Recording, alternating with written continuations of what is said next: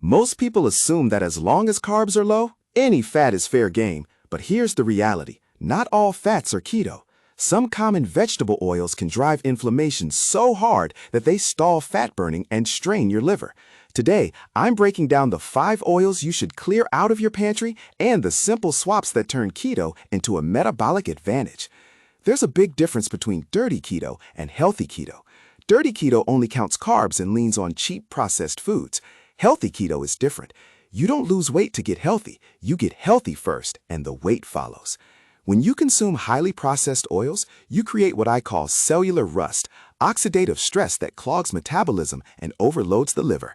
And if the liver is inflamed or fatty, it cannot efficiently burn fat. Remember this, the first fat your body needs to burn is liver fat, so stop adding fuel that makes it worse. The biggest offenders are industrial seed oils, especially soybean, corn, and canola oil. These are heavily processed, high in omega-6 fats, and commonly derived from GMO crops that may carry herbicide residues. In large amounts, they promote inflammation and make cells less responsive to insulin, exactly what keto is supposed to fix.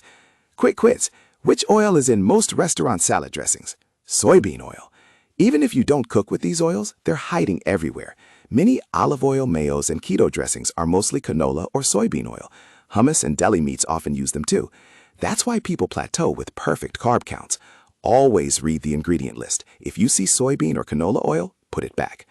Quality also means using fats correctly.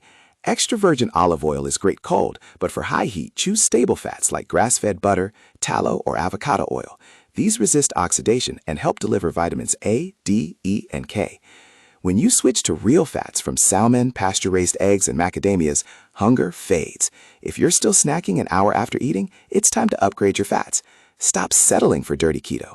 Clean up your pantry, support your liver, and let keto finally work.